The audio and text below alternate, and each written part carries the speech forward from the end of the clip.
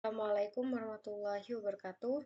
Perkenalkan, kami dari kelompok 8A ingin menjelaskan mengenai hasil dari praktikum yang telah dilaksanakan yang berjudul Pengaplikasian tepung ikan dan tepung daun lamtoro sebagai formulasi pakan pelet guna meningkatkan pertumbuhan dan kelangsungan hidup ikan nila. Anggota kelompok 8A terdiri dari Tasya Lufiatur Rahma Adli, NIM akhir 023, Dunasti Ferry Lovanda, NIM akhir 024, Wasita Malinda, NIM akhir 046, Khalilul Asyarfai, NIM akhir 051, Muhammad Nasrul Azim, NIM akhir 130, dan Kusmantoro, NIM akhir 142. Yang pertama adalah hasil dan pembahasan, di mana saya akan menjelaskan tentang hasil uji fisika pakan. Yang pertama, bertekstur cukup keras, berongga, dan tidak mudah hancur. Lalu untuk warnanya tuh berwarna hijau pekat, hijau tua pekat gitu, lalu baunya dominan ke tepung daun lamtoro.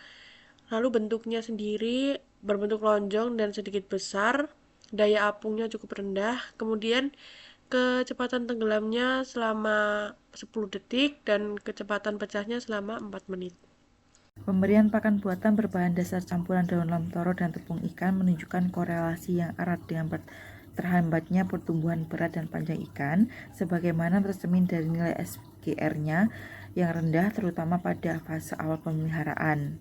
Nah, SGR-nya dari ikan nila ini tercatat 0% selama 5 hari dan baru meningkat menjadi 2% pada hari ke-6 pemeliharaan. Hal ini dapat dilihat dari grafik pertumbuhan berat ikan nila dengan pakan buatan yang menunjukkan kenaikan berat ini yang cukup rendah dari hari pertama hingga hari kelima dan baru meningkat sedikit pada hari ke-6 berbanding terbalik dengan perlakuan kontrol yang menunjukkan peningkatan berat badan yang stabil dari awal pemeliharaan hingga akhir.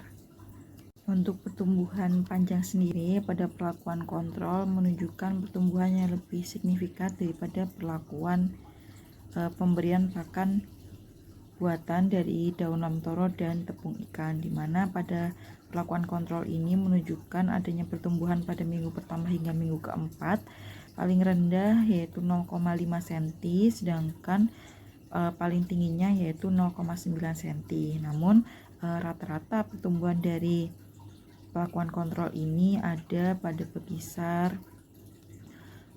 0,5 hingga 0,7 cm, sedangkan pada panjang ikan perlakuan menunjukkan pertumbuhan yang cukup stabil namun angkanya tidak besar. Nah, jadi pertumbuhan terendahnya itu ada di 0,2 dan pertumbuhan tertingginya pada di 0,7 dengan rata-rata pertumbuhannya 0,6. Selanjutnya adalah uji biologi, survival rate atau SR. Berdasarkan grafik, nilai SR ikan nila pakan kontrol mengalami penurunan pada minggu pertama hingga minggu terakhir. Pada minggu pertama, nilai SR masih 100% karena tidak ada ikan mati. Kemudian pada minggu kedua, terdapat satu ekor ikan mati sehingga nilai SR turun yaitu 90%. Pada minggu ketiga, terdapat ikan mati juga satu ekor sehingga mengalami penurunan menjadi 80%. Pada minggu keempat, jumlah ikan tetap dan tidak ada kematian sehingga nilai SR tetap 80%. Dibandingkan dengan hasil sebelumnya, nilai SR ikan nila yang diberi pakan perlakuan mengalami penurunan pada hari pertama hingga hari ketiga dan nilai SR stabil pada hari ketiga hingga hari ke-6, di mana pada hari pertama nilai SR 100% karena tidak ada ikan yang mati, kemudian pada hari kedua terdapat 2 ekor ikan nila mati sehingga nilai SR turun menjadi 80%, dan pada hari ketiga mati 1 ekor ikan nila sehingga menjadi 70%, dan stabil terus hingga hari ke-6 yaitu nilai SR 70%. Kemudian ada uji kimia pakan yang berfungsi sebagai mengetahui kandungan nutrisi utama dalam pakan. Uji kimia meliputi parameter protein, lemak, serat, dan abu. Kita menggunakan bahan tepung ikan, tepung daun lamtoro, dedak, tepung jagung, CMC, premix, dan minyak ikan. Dari bahan tersebut didapatkan protein dari tepung ikan sebanyak 19,951, dari komposisi tepung ikan sendiri ialah 44,34%. Tepung daun lamtoro digunakan sebanyak 30% sehingga mendapat protein lebih dari 8. Dedak sendiri digunakan sebanyak 7,66% dan didapatkan protein sebanyak 0,6%. Kemudian terdapat tepung jagung yang digunakan sebanyak 13% dan dengan didapatkan protein pakan sebanyak 1,53%. Kemudian terdapat CMC dan premix dan minyak ikan yang tidak ditemukan protein dalam kandungan tersebut. Selanjutnya merupakan kadar lemak pakan pada bahan. Tepung ikan sendiri memiliki kadar lemak yang paling banyak, yaitu sebesar 5,3%, dan tepung daun lamtoro sebanyak 2,6%. Kemudian terdapat dedak yang memiliki kadar lemak 0,93%, kemudian terdapat tepung jagung yang memiliki kadar lemak 0,52%. Kemudian terdapat juga minyak ikan yang memiliki kadar lemak sebanyak 2%, kemudian di CMC dan premix tidak terdapat kadar lemak. Untuk biaya variabel yang didapatkan dari 1 kilo pakan, yaitu tadi telah disebutkan bahwa tepung ikan dan tepung daun lamtoro, dedak, tepung jagung, CMC, premix, dan minyak ikan sendiri sudah memiliki kadarnya masing-masing. Tepung ikan sebanyak 443,4 gram memiliki nilai Rp6.097. Kemudian di tepung daun lamtoro digunakan sebanyak 300 gram dengan memiliki harga Rp10.500, dan dedak sendiri 76,6 gram sebesar Rp460. Tepung jagung yang digunakan adalah 130 gram membutuhkan biaya Rp2.080. Kemudian terdapat CMC yang digunakan ialah 20 gram sehingga memiliki harga Rp3.200. Kemudian terdapat CMC dengan volume 10 gram dengan harga yang telah diketahui ialah Rp500, dan minyak ikan 20 ml dengan harga Rp860. Jadi total biaya untuk satu pakan memiliki total Rp23.607. Selain tadi protein dan lemak, didapatkan juga kadar serat kasar yang didapat dari tepung ikan merupakan 1,330. Kemudian terdapat tepung daun lamtoro yang paling besar sebanyak 5,73%. Kemudian di dedak kadar seratnya sebanyak 1,874. Kemudian di tepung jagung sebanyak 0,33, dan di CMC sebanyak 2%. Kemudian di premix dan minyak ikan tidak ditemukan serat pakan yang terdapat pada bahan tersebut. Untuk kadar abu yang didapat paling tinggi didapatkan dalam komposisi tepung ikan, yaitu sebanyak 13,30%, dan tepung daun lamtoro sebanyak 3,3, dan dedak sebanyak 0,80, tepung jagung sebanyak 0,18, dan CMC 0, dan minyak ikan juga sama seperti CMC yaitu 0. Kemudian terdapat premix yang memiliki kadar abu 1%. Selanjutnya saya akan menjelaskan terkait pembahasan mengenai uji fisika. Yang pertama, pakan kami memiliki kecepatan tenggelam selama 10 detik, yang berarti pakan tersebut cocok untuk jenis ikan yang memiliki kebiasaan makan dari atas permukaan air ataupun di kolom air. Yang kedua adalah tekstur yang berongga dan memiliki bentuk yang lonjong ataupun bulat, yaitu memiliki daya apung yang baik dan mudah dikonsumsi oleh ikan. Lalu selanjutnya, bau yang dominan dari tepung lamtoro itu menunjukkan bahwa kandungan bahan nilai nabati tinggi yang berpotensi meningkatkan nilai nutrisi dari ikan tersebut. Lalu Yang terakhir adalah kecepatan pecah selama 4 menit. Itu dapat meningkatkan efisiensi pakan dan dapat menjaga kualitas air dari kolam dari ikan tersebut.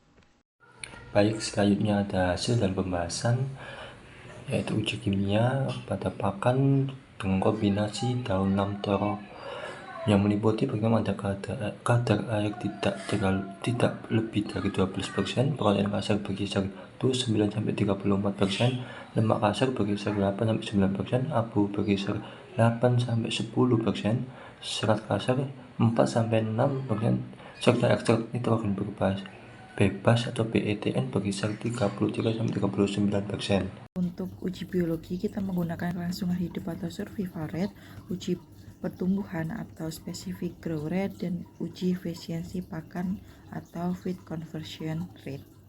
Nah, untuk SR sendiri, pada kelompok perlakuan mengalami penurunan tajam sejak hari kedua, di mana dari 100% menjadi 70% pada hari ketiga. Nah, stagnan dimulai hari ketiga ini hingga hari ketujuh. Nah, hal ini diduga akibat kandungan antinutrien yaitu mimosin dan tanin yang ada pada daun lamtoro ini menyebabkan stres dan gangguan pencernaan. Nah, hal ini berbanding terbalik dengan ikan pelakuan kontrol yang menunjukkan penurunannya itu lebih stabil, yaitu dari 100% pada minggu pertama dan menjadi 80% pada minggu keempat. Nah, sedangkan untuk pertumbuhan atau specific grow rate, kelompok perlakuan ini tidak mengalami peningkatan bobot selama 5 hari pertama, yaitu SGR-nya itu 0%.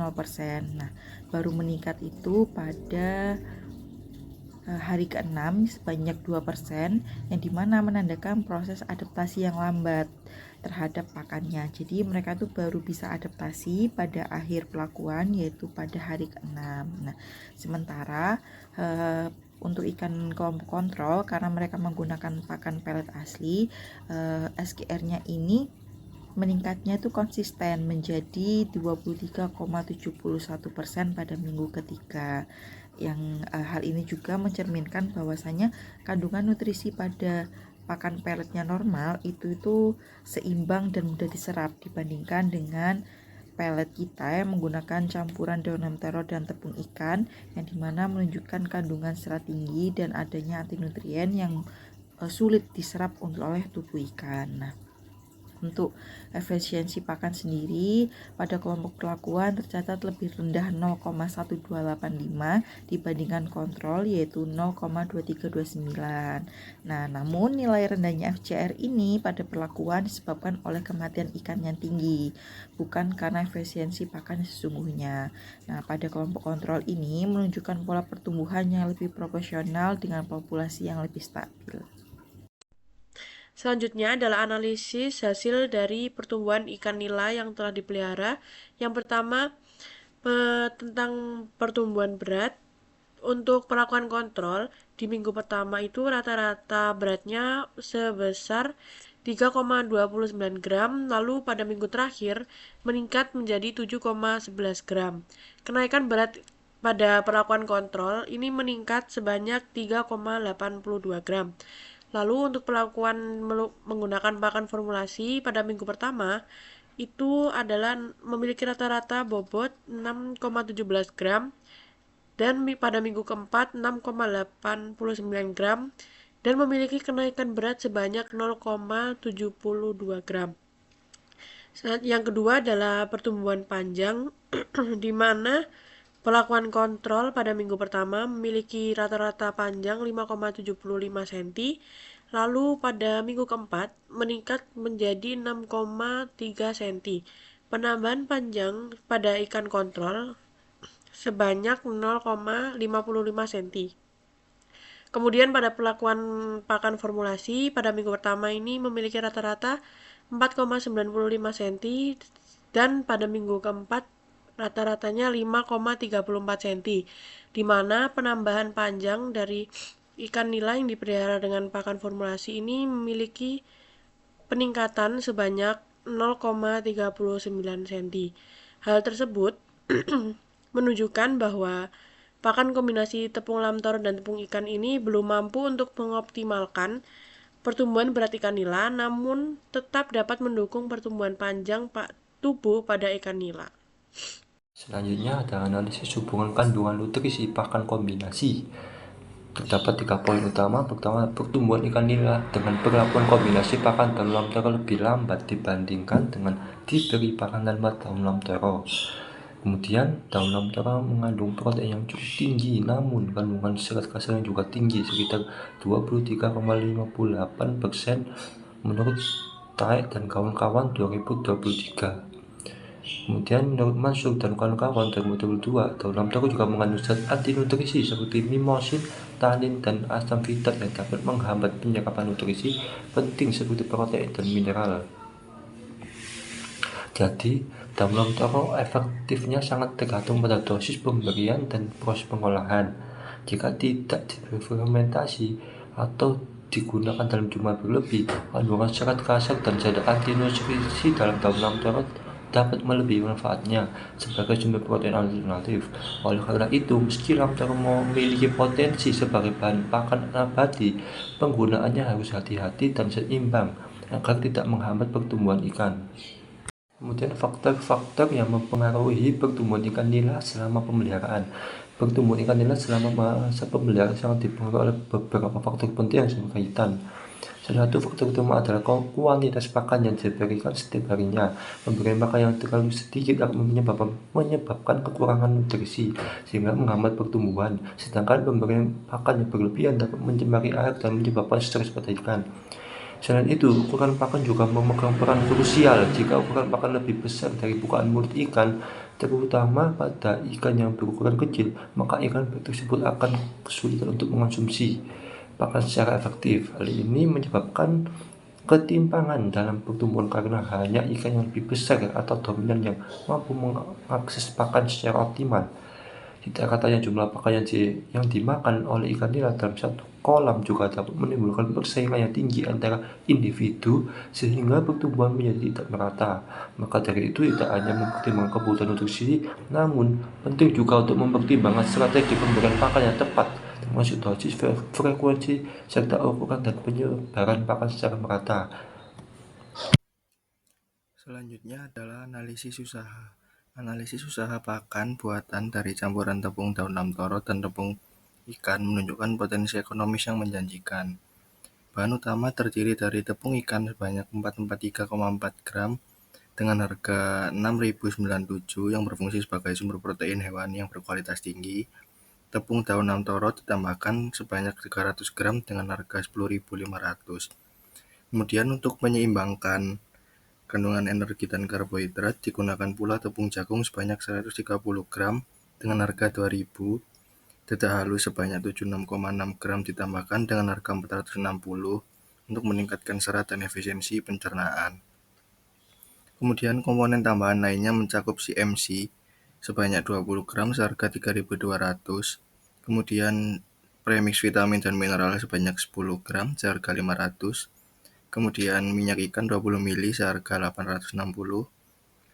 Dan total untuk keseluruhan biaya bahan baku dalam formulasi ini mencapai 23.000 untuk sekitar 1 kg pakan buatan. Dari praktikum yang telah dilakukan, dapat ditarik kesimpulan bahwa pakan yang telah dibuat dari kombinasi tepung ikan dan tepung daun lam toro memiliki karakteristik fisik yang cukup baik dan tekstur berongga dan tidak mudah hancur. Kemudian, berdasarkan analisis kimia pakan ini mengandung 29 hingga 34% protein, lemak kasar sebanyak 8-9%, kadar abu sekitar 8-10%, serat kasar 4-6%, dan BETN antara 33-39%. Sedangkan, berdasarkan uji biologi, pakan kombinasi daun lam toro ini kurang baik dalam menunjang pertumbuhan ikan. Hal ini dapat dikarenakan karena kadar serat daun lam toro yang sangat tinggi dan terdapat zat antinutrisi yang menghambat penyerapan gizi oleh usus ikan. Dari segi analisis usaha, kombinasi pakan dengan daun lam toro memiliki potensi ekonomis yang menjanjikan, namun penggunaannya itu juga harus hati-hati dan seimbang agar tidak menghambat pertumbuhan ikan. Berdasarkan hasil praktikum, disarankan agar komposisi pakan kombinasi tepung lamtoro dan tepung ikan dievaluasi kembali, terutama kandungan nutrisinya dan proses pengolahannya. Hal tersebut perlu dievaluasi untuk mendukung pertumbuhan berat ikan nila secara optimal. Selain itu, penambahan bahan pakan bernilai gizi tinggi seperti tepung kedelai atau probiotik dapat dipertimbangkan guna meningkatkan efisiensi pertumbuhan. Faktor lingkungan budidaya seperti suhu dan kualitas air juga perlu dijaga untuk mengurangi efek stres pada ikan. Sekian presentasi dari kelompok kami. Kurang lebihnya mohon maaf. Wassalamualaikum warahmatullahi wabarakatuh.